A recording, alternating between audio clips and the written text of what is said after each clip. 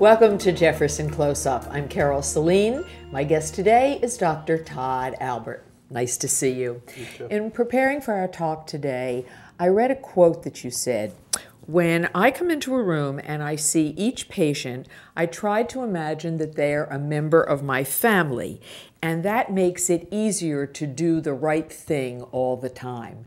Now, where did that philosophy come from? Well, when you look at a patient like they're part of your family, it really, you always want the right thing done. And where it came from was my dad was a podiatrist, and I always emulated him when he was younger. He had the most incredible relationship with his patients, and that was the way he took care of people. And so that's my first instinct, was to do that as well. And is that kind of why you went into orthopedics? Because you wanted to be a doctor like your dad?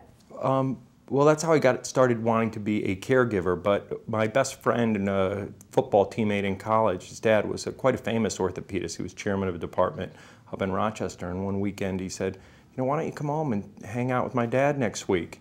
We were on vacation. I went up, and the rest is history. He was so incredible, you know, all that he did, and it's funny that I've turned out to run a department, be an academic orthopedist, and really modeled my career a bit after his. Probably back when you were Mr. Jock at Amherst, you never expected things like this to happen to you.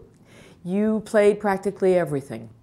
Let me see. Football, rugby, lacrosse, javelin. Am I missing anything? No? Yeah, I think you've hit most of the high points. Now, do you consider toughness and adventure your own personal traits? I like to think so. I like to think of it a mixture of sensitivity and toughness all at once. And how about adventure? What have you done that's adventurous? Well, I get a lot of adventure from my wife. She likes to call it soft adventure, but I've been to Africa, to Namibia.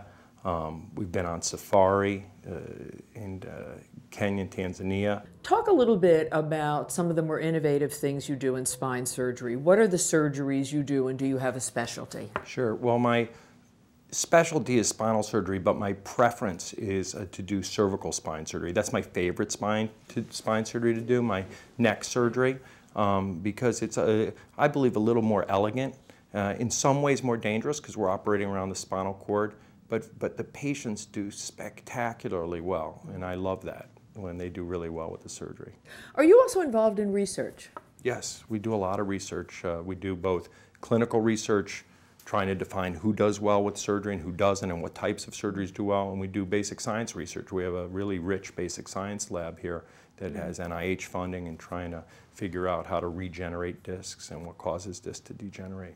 Regenerate discs. Do you think we will ever live long enough to see people who have broken their spinal cord, jumped in the pool, and get up and walk? Perhaps. They're getting very far with spinal cord regeneration, and there are trials going on right now to try and bypass injured areas of the spinal cord. So perhaps in our lifetime, perhaps. We all hope that it will be happening. May we both be here. Yes.